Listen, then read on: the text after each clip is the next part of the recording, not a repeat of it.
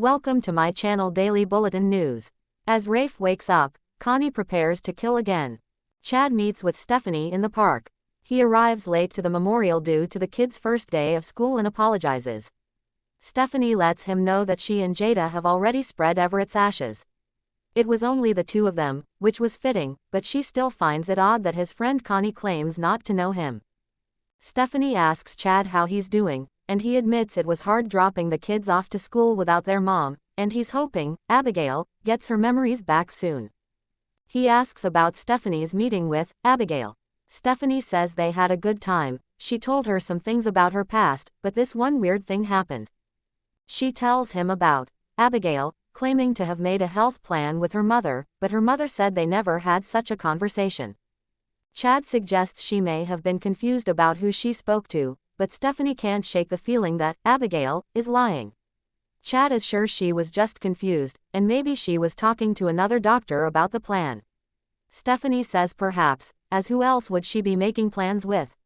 Stephanie thanks Chad for checking on her, and says she and Abigail talked about getting together again for dinner. He believes the more she's around family, the more likely she'll begin to remember. At the DeMera mansion, Abigail talks to Stefano's portrait. She knows he hates her for lying to his son and admits she doesn't like pretending to be someone she's not. She says she's just doing what she has to do.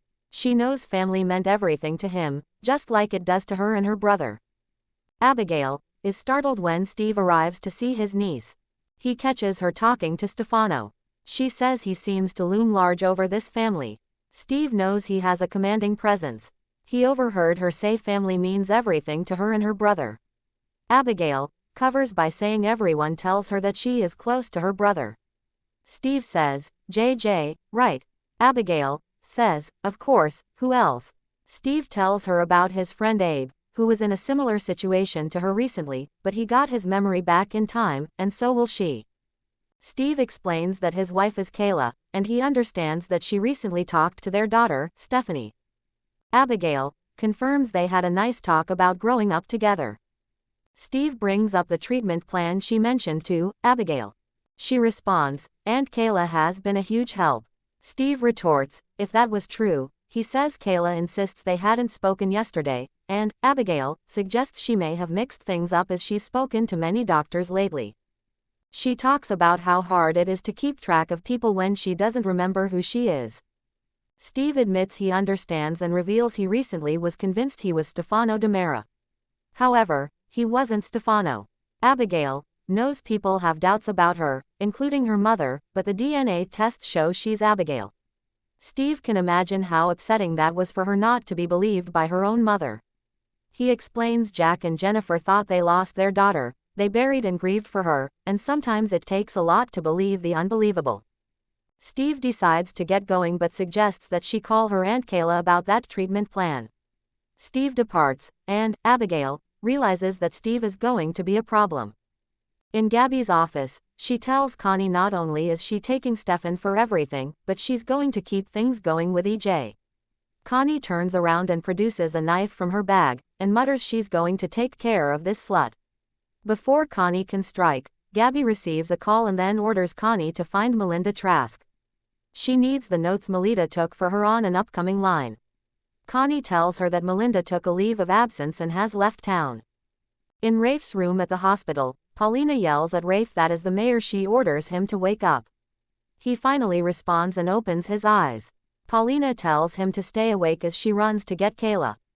Melina tries to break free of her bonds in Connie's apartment as Jada knocks on the door, wanting to speak to Connie about Everett. She begins to hear noises inside and opens the door, calling out and announcing herself. Melinda continues to struggle to free herself, and Jada knocks on the bedroom door. Right as she's about to enter, Paulina calls and tells her that Rafe is awake. Jada says she'll be right there and rushes off. Back at the hospital, Kayla removes Rafe's breathing tube and tells him how happy they are to have him back. He wonders what happened. Jada soon shows up and embraces Rafe, overjoyed he's come back. Back in Gabby's office, another call thwarts Connie's plan to stab Gabby when her boss gets news that Rafe is awake and runs off. Connie is clearly concerned. More. Gabby could be headed for a miracle. In Rafe's room at the hospital, Jada tells Rafe how many hours she sat by his side waiting for him to wake up, and now it's happened. Gabby rushes in, can't believe it's true, and hugs her brother. She then hugs Jada. Rafe still doesn't know what happened to him. Gabby explains he's been in a coma for 2 months, and someone tried to kill him. He was stabbed in the back. Rafe recalls he was on the phone with Paulina. He flashes back to the moment he was stabbed, and Jada asks if he remembers who stabbed him. He doesn't remember, and Gabby says it doesn't matter as they know who did it.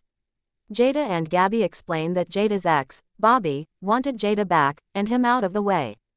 Gabby says he recently committed suicide. Rafe says, so, the end. Jada looks unconvinced. Later, Jada helps feed Rafe, who notes it makes him feel helpless. Jada tells him that he'll have to grin and bear it until he is back to his full strength.